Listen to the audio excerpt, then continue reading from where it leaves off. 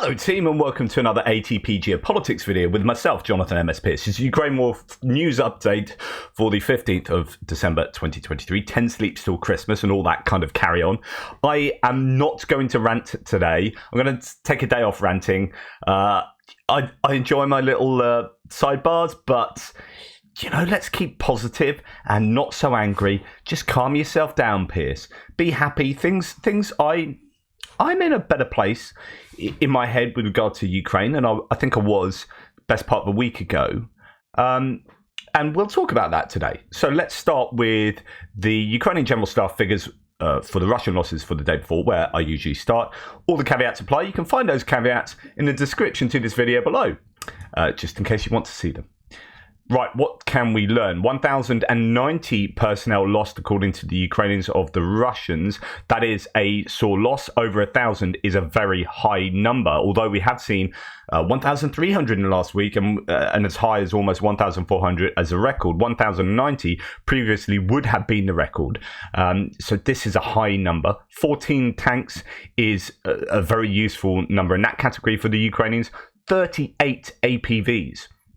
So both of those numbers would indicate that the Russians are attacking in a number of places. Now, I showed you yesterday on my frontline update a column of vehicles attacking in the Kupiansk area near Sinkivka, I think it was.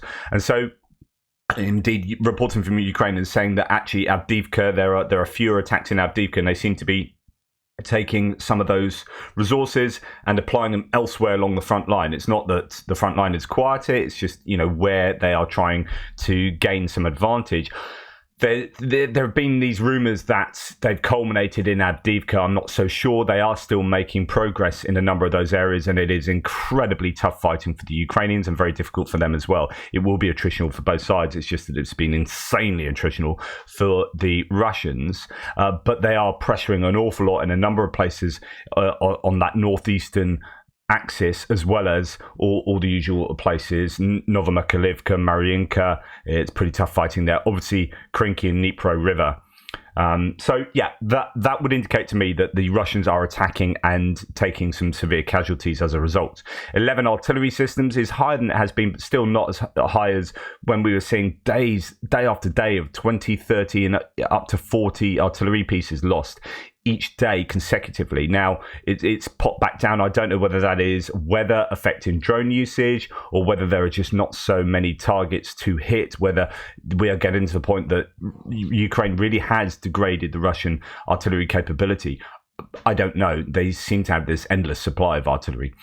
20 drones to cruise missiles. It's usually a day lead time, sort of lag, and then 24 vehicles and fuel tanks and 4 pieces of special equipment. Fairly heavy casualties in terms of civilian and military truck and vehicle usage. So when I say civilian, of course, I don't mean that they are civilians driving them. They're things like SUVs being used for military purposes. And actually, when we look at Andrew Perpetua's loss statistics for the last 24 hours, we can see that the stats are overwhelmingly in favor of the Ukrainians here. I don't know what that is. That looks almost like a 10-to-1 loss ratio of Russian to Ukrainian losses. I don't know, 7, 8, 9, 10 to 1, just intuitively looking at that. So we've got 4 things lost by the Ukrainians. Interestingly, a Marder lost there. That'll be a bit of a sore loss, or at least it's damaged. Of course, this applies for all the damaged vehicles on these lists. You don't know whether they are salvageable, reparable, and then able to be pumped back onto the front line as soon as they've been patched up. Nonetheless, it is a bad day at the office for the Russians, as we can see. So what can we make out of this? Well, 1 boat, okay, a couple of bits of artillery, not a lot there, and then tanks, a fairly large number of tanks, T-80s and T-72 and a couple of unknown ones. And then again with the BMPs, no BMP-1s. We are seeing this day after day, and therefore this does really have to tell us something. There is definitely something to be made of the fact that there are no BMPs being seen destroyed. I think they've exhausted most of their BMP-1s. They've exhausted most of their older ones, and they are now rebuilding the newer ones, and that's why we're seeing those newer versions or variants being destroyed. It's not their particularly new vehicles, but they are newer than BMP-1s that sort of come from the 50s and 60s and whatnot.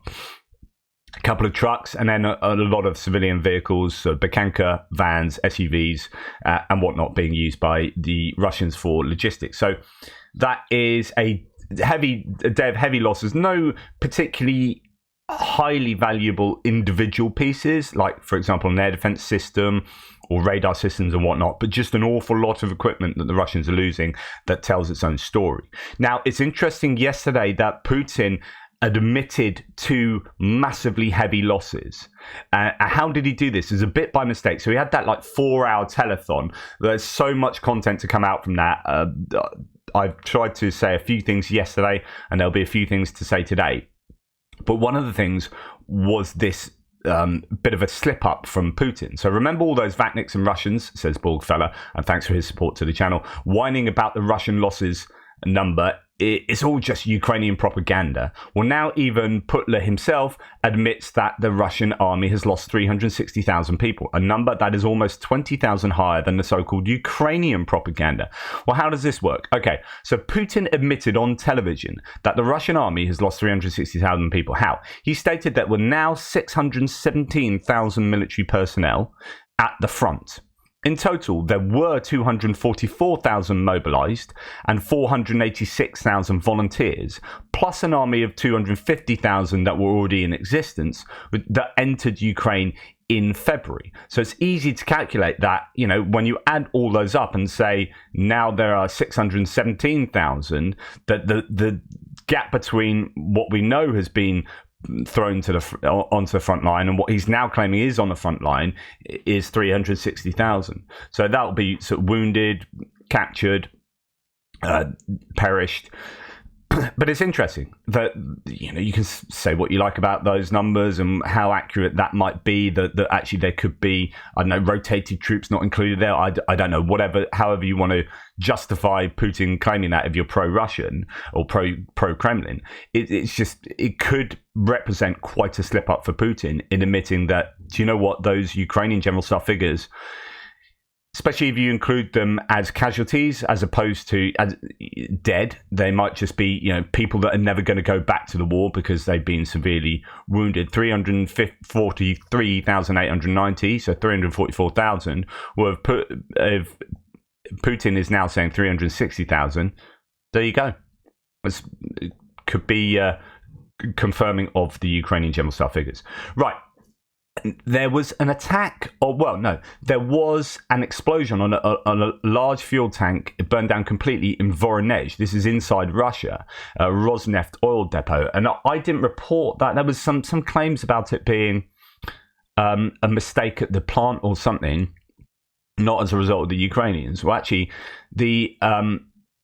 it appears now that the Ukrainians are claiming responsibility for it. Actually, the Russians are, because it's the Liberty of Russia Legion claiming on December the 12th, a large fuel tank burned down completely, open quotes, accidentally on the territory of local Rosneft oil depot in Voronezh. Later, the Ministry of Emergency Situations reported on an exercise at the Fuel and Energy Complex facility where, prevented the ignition of a multi-ton fuel tank with subsequent explosion. We demonstrate unique footage of a real training and the results of the explosion of a fuel storage facility in a Voronezh oil refinery, which the cowardly authorities later called an exercise. Resistance to the Putin's regime in action. So this is sabotage from within inside Russia, leading to an explosion at a Rosneft oil depot there. And I think that is really significant. When you start seeing activity like this, if it ramps up and increases in frequency, then that is a particular challenge for the Russians. Okay, moving on. Here we have an insulation plant is on fire in Yekaterinburg. So this is another massive fire in Russia. Hashtag Russia on fire. In Bobrovsky, the roof of the foam block production workshop is on fire. The fire covered 1,300 square meters. 40 people left the building attached to the workshop on their own. There was no information about casualties. The Russian Ministry of Emergency Situations said later the department added the localized fire to the 1,300 that they localized the fire to 1,300 square meters. So that's good. They constrained it to that massive area. Yeah, this is happening, as I keep saying, on a routine basis. And that is a real challenge for the Russians back in their own country. Okay. On to distance strikes and standoff munitions. Here we have a total of 14 Shahed drones last night being launched towards Ukraine. Air defense managed to shoot down all of the drones. So actually they're having a really good interception rate at the moment on drones. And I think that's because they are getting more and more low-tech solutions to that in terms of Gepards, heavy machine guns loaded on trucks. We've seen all those Mitsubishi L500 trucks recently loaded that I think United 24 provided with a load of guns on the back. We've got your man pads that are being used, things like Avenger systems on the back of Humvees. All these lower tech, you don't want to be using Patriot air defense systems and NASAMS and SAMP-T to shoot down Shaheds, right? You want to take them down with low tech stuff.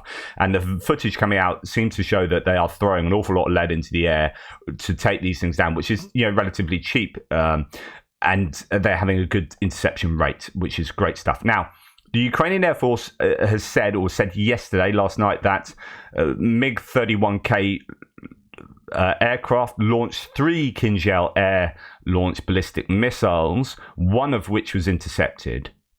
Now, I did my breaking news update yesterday, and indeed someone here is saying, good to see an honest take from the pro-US side for once. This is a Ukraine battle map saying, and I reported this, that, broadly speaking, there were 2 to 5 hits, in Starokonstantioniv, so that's the air base back in the Khmelnytsky region. 0 or 1 in Kiev. 2 of 2. 0 of 1 hit in Kiev. In other words, they shot the one down in Kiev. 2 to 5. I don't know if that's 2 of 5 or 2 to 5 hit in Starokonstantioniv. 2 of 2 hit Rivne, and 3 of 3 hit Vinnytsia, which is to say in total 7 to 10 targets were hit by Kinzhals in Ukraine. The only Kinzhal shot down was in Kiev, and it was likely aimed at the Patriot. Now, here we have the Ukrainians saying something and other sources saying something else. And I think the Ukraine has already admitted that they weren't going to report on the BDA or anything really about the Kinzhal. So for them to say 3 were shot was already them saying something, and they had already announced they weren't going to say anything.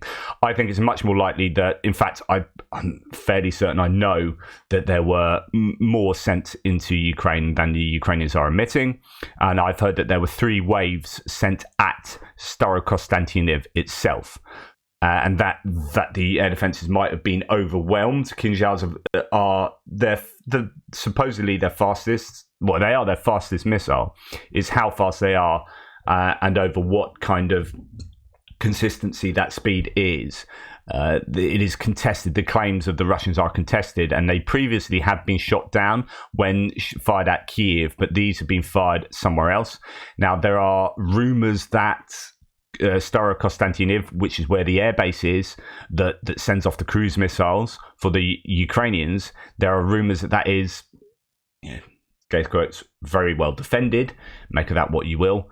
But still, the Kinzhals got through. So that is a challenge, and I expect there's probably a lot more damage there than the Ukrainians are letting on. The question is whether there's damage to airframes. That's what you don't want. Damage to airframes. Keep those airframes in the air while those attacks are taking place. And if you get a damage to the infrastructure, such as the runways, that's not too bad. You can fix that up. That's okay. You can't fix up, MiGs or Sukhoi that have been completely destroyed by Kinzhals. So as long as the important stuff is not destroyed, then that's okay. But I expect there to be at least some damage, and possibly considerable damage, to Starokonstantioniv. Okay. At the same time, the Ukrainians hit a couple of big explosions in Mariupol, a concrete factory there. The rumours it was actually a troop concentration at the concrete factory is the claim I've heard. So anyway, there's quite a few bits of footage coming out of explosions in Mariupol. So that was the biggest one for Ukraine yesterday. I think there was also Was there some activity somewhere in Crimea, possibly? And Max23 here reporting that Russian Shahed fell on the territory of Romania. Again, so this has happened a number of times. The Romanians have sort of said strong rhetoric, but not really backed it up with anything, because, of course, that would be hugely escalatory. And Romania don't really want to get into a one-on-one fight with Russia. Well, NATO probably don't want them to, because that might drag them into it as well. So drone left a 1.5 meter deep crater near Grindu, which is located 8 kilometers from the Ukrainian port of Reni. In other words, 8 kilometers from the from the border, I would presume. So that is possibly quite considerably into Romanian territory. Right, this is fantastic, and this is why, my opinion is BBC is a decent organisation that we need to support, especially when they do work like this. So they've got BBC Verify, which is a really good, it's a very useful arm to the BBC, which goes about verifying claims. It's a bit like kind of Snopes, but on behalf of the BBC. They have actually done work to unearth, it turns out 2/3 of the fake accounts on TikTok have been unearthed by the BBC. Not by TikTok, not by anyone else, but by the BBC investigators. So, vast Russian influence operation on TikTok involving 12,800 fake accounts spreading disinformation about the war in Ukraine to millions of users in Germany, France, Italy, Poland, Israel, and Ukraine has been uncovered by BBC Verify. Let's have a look into this. I'd love to read this all. It is absolutely vital work. I keep telling you how worried I am about the information war, about disinformation flooding around the world, and then it translates to big decision makers like, and I'm not going to get ranty, but people like Elon Musk. And people are like, oh, stop attacking Elon Musk. I do so because it's really important. If he has not only a massive megaphone himself, but owns the megaphone platform that then amplifies all of those disinformational messages, that is a massive problem for the world. Right? It's a huge problem. And if he is misinforming, he might not be doing it on purpose in his own head, but he himself has been disinformed. Dis means on purpose, miss means I'm just misinformed, I've got wrong information and I'm convincing you with the wrong information, but I'm not doing it on purpose, it's just I've got the wrong facts. So I think Elon Musk is misinformed, but he's become so intransigent that it almost doesn't matter. Like you're not trying to correct yourself, which means it then almost looks like disinformation, really, because you are being willfully ignorant of the facts. So anyway, a Russian propaganda campaign. This is why it's important, is what I'm saying. A Russian propaganda campaign involving thousands of fake accounts on TikTok spreading disinformation about the war in Ukraine has been uncovered by the BBC. Its videos routinely attract millions of views and have the apparent aim of undermining Western support. Users in several European countries have been subjected to false claims that senior Ukrainian officials and their relatives bought luxury cars or villas abroad after Russia's invasion in February 2022. This is a claim we see about Zelensky and his wife buying lots of crazy expensive stuff and him having villas X, Y, and Z. These have been debunked, but they still persist, and I'll talk to you about that in a second. The fake TikTok videos played a part in the dismissal last September of the Ukrainian Defense Minister Alexei Reznikov, according to his daughter Anastasia Steinhaus. TikTok said it had taken down more than 12,000 fake accounts originating in Russia, including nearly 800, not a third, sorry, not that I read that as 8,000. But nonetheless, the BBC have uncovered independently 800 of these accounts. So then that's more like, less than a tenth. So I do apologise. But the BBC doing a good job to do this, because this is painstaking, and I'll explain why. I think it explains why in a second. So Steinhaus told the BBC she found out that the Russian disinformation campaign about it when she received a surprising call from her husband while on holiday. Quote, okay, so now you've got a villa in Madrid, he told her, before sending a link to a TikTok video narrated by an AI-generated voice that claims she had bought a home in the Spanish capital. Ms. Steinhaus initially dismissed the video as a one-off, but the following morning she was sent a similar TikTok clip alleging she had bought a villa on the French Riviera. The videos have been circulated among her friends before finally reaching her husband. And here's evidence of them. Ms. Steinhaus says she does not own property in Spain or France or anywhere outside Ukraine. BBC Verify also traced the pictures of the houses in Madrid and Cannes to 2 local property websites, and they were both still for sale. Other videos directly targeted her father. The videos sent to Ms. Steinhaus belong to a vast Russian-based network of fake TikTok accounts posing as real users from Germany, France, Poland, Israel, and Ukraine, using a combination of hashtag searches. So this is kind of the work that BBC have been doing, like going along, like individually finding out these sources as being fake and then reporting them to TikTok. So using a combination of hashtag searches and TikTok's own recommendations, BBC Verify was able to trace hundreds of similar videos targeting dozens of Ukrainian officials. The accounts that posted them used stolen profile pictures, including those of celebrities like Scarlett Johansson, Emma Watson, and Colin Farrell. With only a handful of exceptions, they posted just one video each, a tactic TikTok says is new and aimed at evading detection and manipulating the platform's system for recommending videos to users. The effort appeared to have been coordinated. Sometimes videos were released to different accounts on the same day and featured identical or very similar scripts. During the BBC investigation, BBC Verify found consistent circumstantial evidence pointing to the possible Russian origin of the network. I mean, almost certainly, right? This included linguistic mistakes, and we'll come back to this, typical of Russian speakers. That's really important evidence, a real indicator, including some Russian phrases that are not used in other languages. Also, many of the videos contained links to a website previously exposed by Meta as part of a Russian link network impersonating legitimate Western news websites. So on and so forth. So anyway, more accounts being found and the work continues, and it's just really important that these are outed, and that it's important that in the world we have, I mean, here we've got BBC Verified, but there are people and entities that are working 24/7 to out the disinformation and the fake news and the myths that are being thrown about. These need to be debunked, and it's so important. If the companies themselves aren't going to step up enough, and we've already had a report that, say, for example, Twitter or X is the worst of the lot for not doing anything to, or the worst for doing anything to battle disinformation, then other entities have to step up. Now, here's an example of part of that campaign. So I'm just going to call him out. I don't really give a toss. PomG6512. So PomG is one of the trolls on POMG65. Is one of the trolls on my platform. And I sort of said something, blah, blah, blah, and then I use unfortunately, this is out of sync. I don't know, and some of the comments are missing.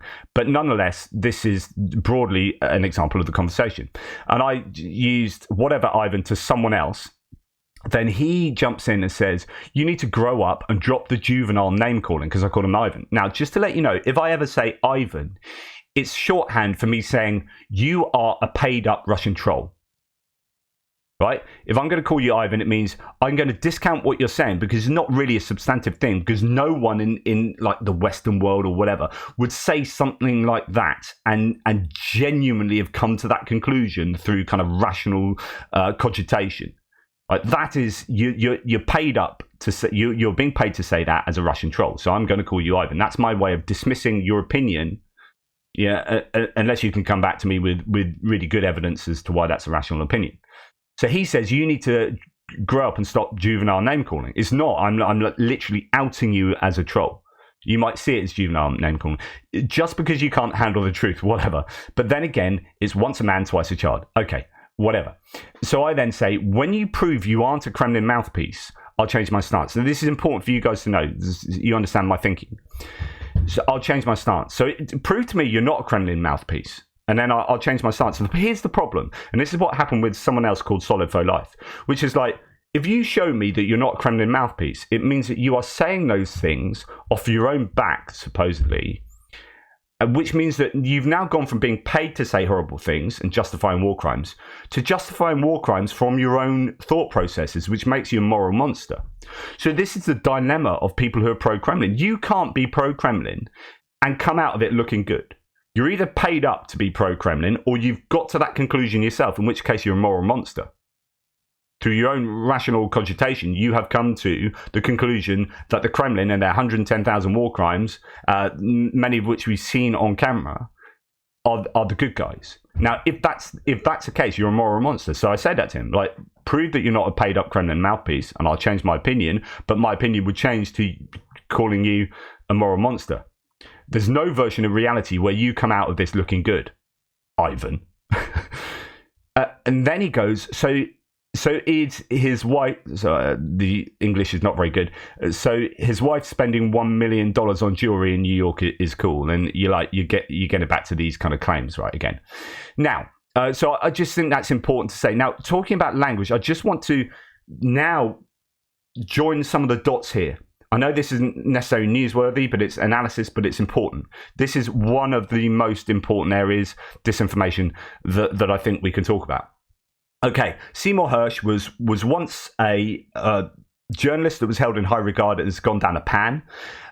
And this was something, I've already done this analysis on a previous video, but I did it a long time ago, and I've got not a lot of new viewers. But this is just to show you how disinformation can creep into supposed journalism, right? Independent journalism. So Seymour Hersh did his whole Nord Stream thing, which has now been proven to be complete bunkum. And then he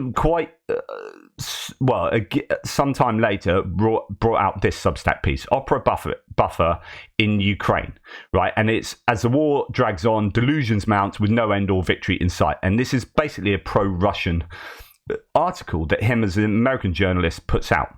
Now, how do we know that it's pro-Russian, and how do we know his sources are compromised? And in fact, he is compromised because those sources aren't who he claims they are.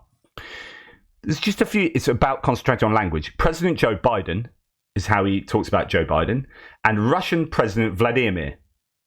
Just first name terms for the Russian president. So that should give you a little bit of something to worry about. Anyway, the Biden administration's role in both attacks was vital. Quote, of course it was our technology, one American official. So he's an unnamed American official. And later on, it seems it's an intelligence official, right?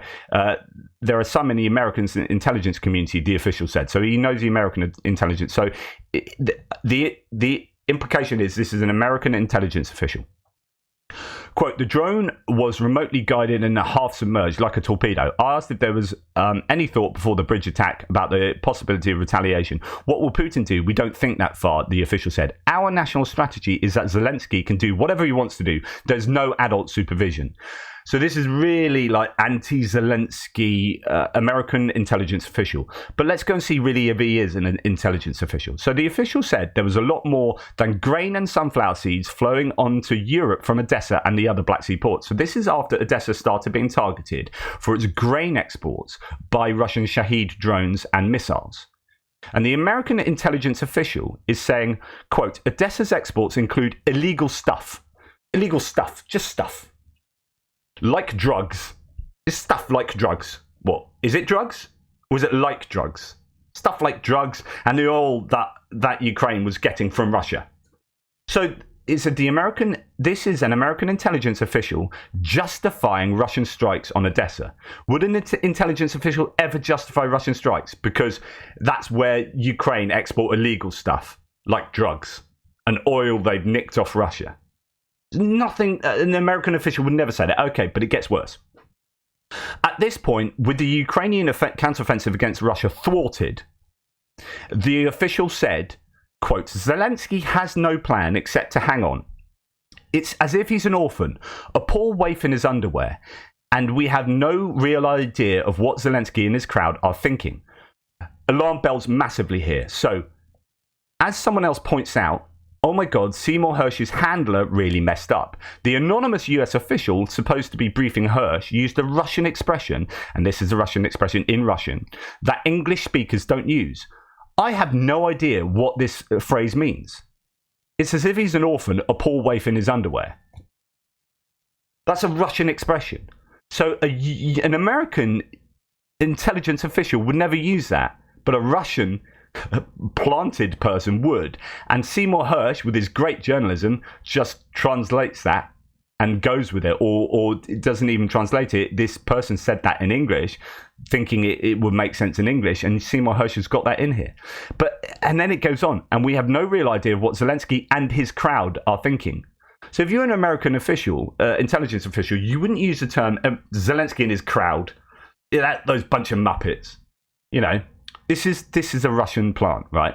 Ukraine, and then this gives it all away in my book. Ukraine is the most corrupt and dumbest government in the world. It's like listening to someone on Twitter. This isn't an American intelligence official. An American intelligence official would not say Ukraine is the most corrupt and dumbest government in the world. That's just language you wouldn't use. Outside of Nigeria, like American intelligence officials put Nigeria as the most corrupt nation in the world. And any benchmark of corruption needs to be judged against Nigeria. This is a Russian guy saying this. And Biden's support of Zelensky can only come from Zelensky's knowledge of Biden, and not just because he was taking care of Biden's son.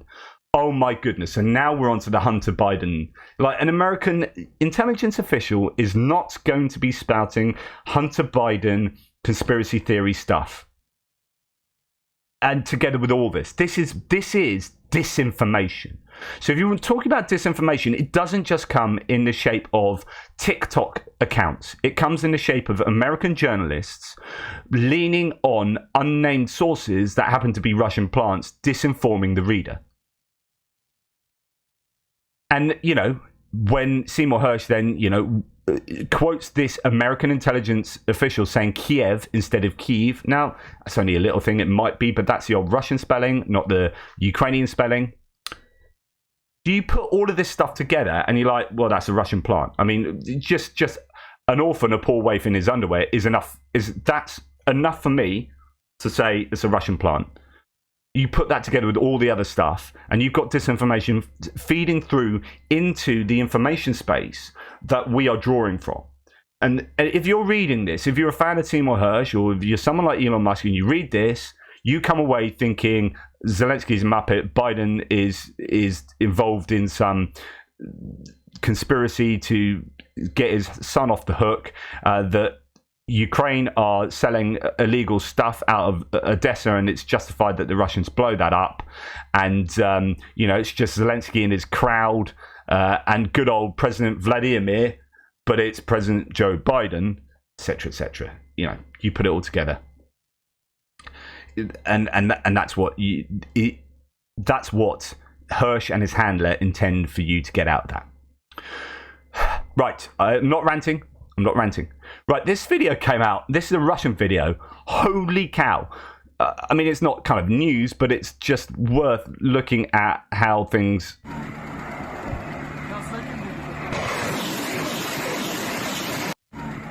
are done.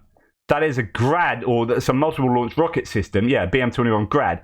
Just missing a Su-25. Su-25 flies overhead, and it fires its rocket, and the Su-25 has to actually adjust its flight path to miss the rockets. Whoa! Incredible. Right, talking about the Putin telethon, we have here Putin told the student so a student generated an AI of Putin to talk back to Putin, anyway, Putin told the student who generated Putin, and in his guise asked his question about neural networks, that he has no doubles. So Putin claiming he has no doubles. I just want to remind you of this image, and the one that always gets me is this.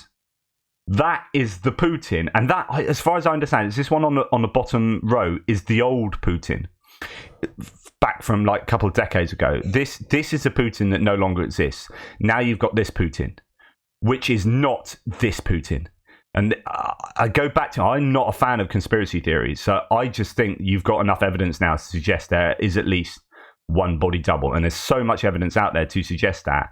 And we've got form in terms of body doubles have been used throughout history a number of times, so this shouldn't be seen as some kind of wacko theorizing. This is a very likely thing that Putin has a body double, and at least two, as according to some analyses.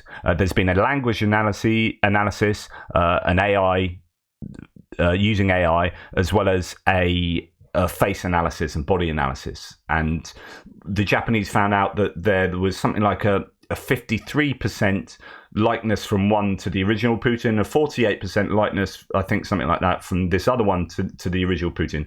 But those two doubles, there was only like a 12% or 18% likeness between those two. So yeah, those analyses are interesting. Just sort of throw that out there. Right, during this same telethon, if you are out there and you are someone that is espousing on my threads or anywhere else that there should be peace negotiations taking place, you cannot have peace negotiations if Putin is explicitly saying this. Putin has said, quote, there will only be peace in Ukraine when we achieve our aims, as he appeared on television for his year-end press conference for the first time since he launched the invasion, seeking to project confidence in his war machine, calling for the denazification of Ukraine. Quote, denazification of Ukraine, its demilitarization and neutral status. The Russian president took a hardline stance that demanded Ukraine's unconditional surrender after Kyiv's lackluster counteroffensive this summer and delays in US military aid to Ukraine brought on by partisan infighting in Washington, D.C. Tatiana Stanovaya, an analyst for the Carnegie Russia Eurasia Center, wrote, quote, Putin has just made a peace proposal to the West on the conditions of Ukraine's total capitulation. So if you are advocating there needs to be peace talks now, Putin's position is there can't be peace talks unless there is a complete capitulation of Ukraine. In other words, the only peace talks would take place if on account of Ukraine giving up everything to Russia.